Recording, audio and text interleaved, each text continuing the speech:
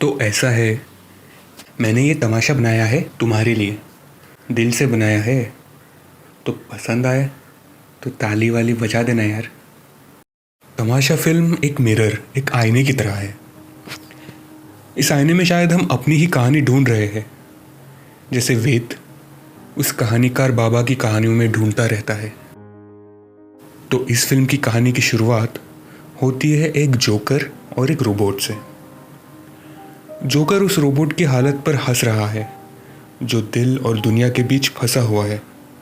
सुबह उठता है, ऑफिस जाता है, शाम को घर आता है, अपने सपनों को कुचल कर बस भागते रहता है, वही चीज़ें दोहराते रहता है। और यहाँ हमें आईना नजर आ जाता है।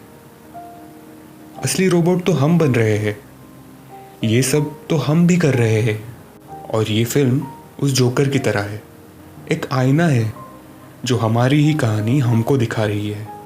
और फिर ये कहानी आगे बढ़ते हुए कॉर्सिका पहुंच जाती है, जहाँ वेद की मुलाकात तारा से होती है। फिर ढेर सारी बातें, मौज मस्ती और पागलपन, ये सब देखकर वैकेशन वाली फीलिंग आ जाती है। किसे नहीं पसंद ये फीलिंग। रोज़ की बोरिंग ज़िंदगी से ब्रेक लेकर हम एक नई जगह मज़े करने जाते हैं। और कुछ दिन बाद जब छुट्टी ख़त्म होती है, फिर वापस लौट आते हैं रोज़ की रेस का हिस्सा बनने। इस रेस में दौड़ते हुए वेद समझ नहीं पा रहा था कि वो कौन है। एक के ऊपर एक नकाब ओढ़ते चले जाता है। एक अच्छा बेटा, अच्छा एम्प्लॉय, समाज में एक अच्छा इंसान, एक अच्छा प्रोडक्ट मैनेजर। इन सब में वो कामयाब बनने की कोशिश करता है, पर आईने में कैद उसकी परछाई की नज़रों में नाकामयाब है। और फिर एक दिन तारा खुद वेद को आईना दिखाती है।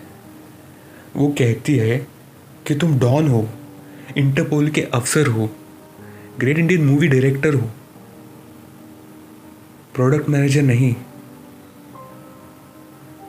उसके ये शब्द वेद को इतने ज़्यादा चुभते हैं, बिल्कुल उसी तरह जैसे हमें ये सीन देखते वक्त चुभते हैं।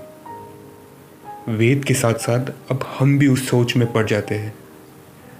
आईना हमारे सामने भी आ जाता है और हम उस आईने के अंदर कैद अपनी परछाई देखते हैं, अपने अंदर झांकते हैं और धीरे धीरे समझ आता है कि अंदर से कुछ और ही है हम, पर बाहर से मजबूर।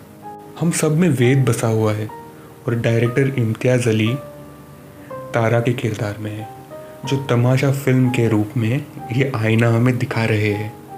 पर हम भी वेद की तरह ये मानना ही नहीं चाहते। इतना आसान कहाँ होता है नौकरी छोड़ के अपना पैशन फॉलो करना।